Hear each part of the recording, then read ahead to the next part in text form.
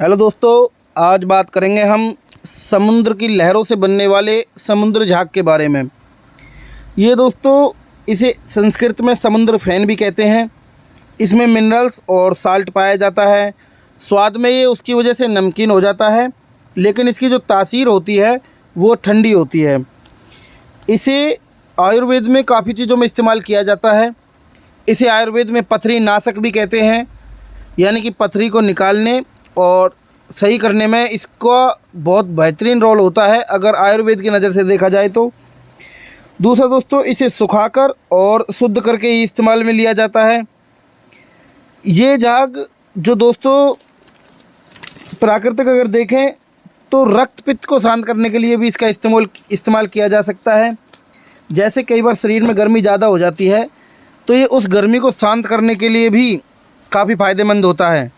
यानी कि किसी का पित्त दोष अगर बढ़ जाता है, या जैसे काफ़ी समस्याएं होती हैं, जैसे नाक से खून आना या खून की उल्टी होना, खून वाली दस्त, पेशाब, त्वचा पर लाल दाने या फोड़े, या अत्यधिक जलन, प्यास या गर्मी किसी को महसूस होती है, तो वो भी इसका इस्तेमाल कर सकता है, क्योंकि इसकी तासीर ठंडी होती है।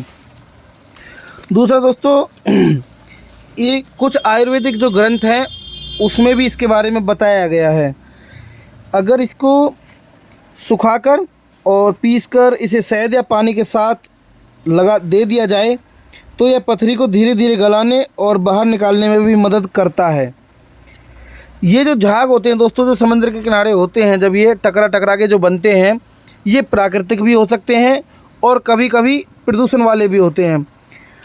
तो जैसे केमिकल वगैरह से भी बन सकते हैं, तो सीधा इस्तेमाल नहीं करना होता है कि वहाँ से आपने सीधा इस्तेमाल कर। ये आपको प्रॉपर जहाँ से सही मिलता हो या सूखा हुआ जो समुद्र झाग हो वो इस्तेमाल करना है।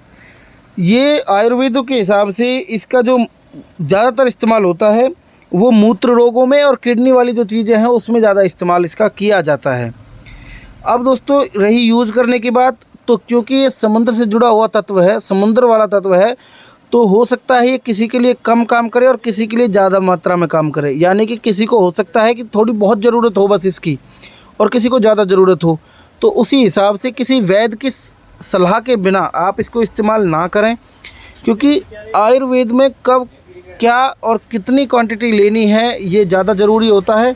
तो बिना सलाह के, बिना प्रशिक्षित किसी वैद्य के इसका इस्तेमाल ना करें, क्योंकि ये जो आयुर्वेद वाली चीज़ें होती हैं, चाहे समुद्र झाग हो या फिर कोई भी हो, वो बिना सलाह या बिना सुपरविज़न के नहीं लेनी होती है। क्योंकि अगर इनकी मात्रा ऊपर नीचे हो जाती है तो इनका असर बदल जाता है।